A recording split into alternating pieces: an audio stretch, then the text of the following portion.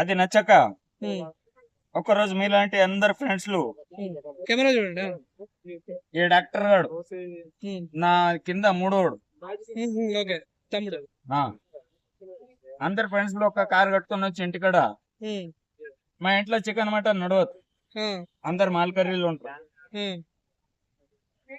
మా అయ్య ఒకటి తింటాడు, నేను ఒకటి తాగుతా తింటా.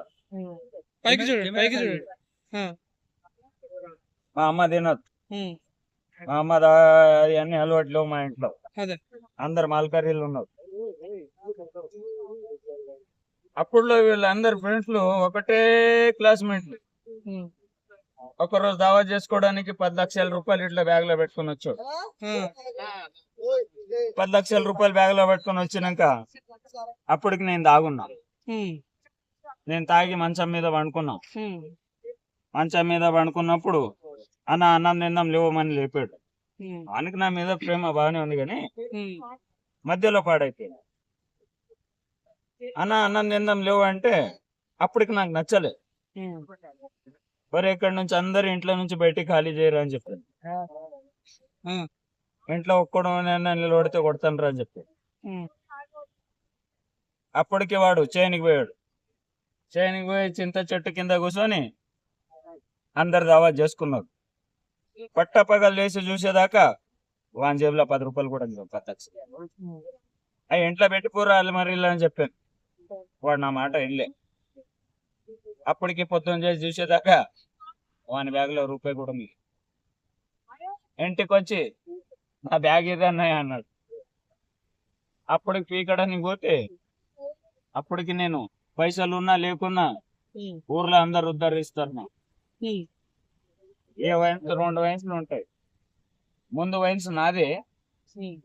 ఫస్ట్ హోటల్ కూడా ఉంది నాది. ఎస్పీ ఆపరేటర్ ఉన్నా హోటల్ కూడా ఉంది. బ్లాక్ లో మందు కూడా నేనే అమ్ముతాను.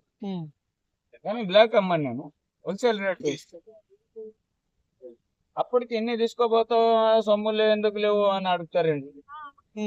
ఒకడు అంటాడు చైనీకి పోయి వస్తాను సగమే తెచ్చిస్తాను అంటాడు. ఇంకా ఊర్లో తప్పదు, అందరికి ఇచ్చి ఇచ్చి బుక్కులు గిన్నె నింపి పెట్టి పక్కన పెట్టి హోటల్ మూసేసి పక్కన తీసుకొచ్చి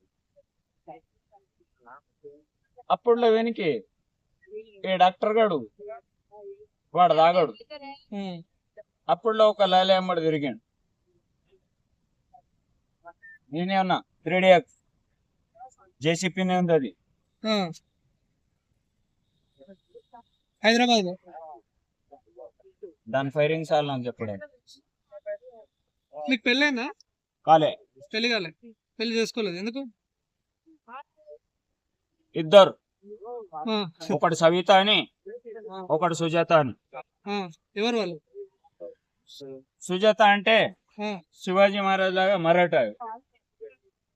సవిత సాకల్ది.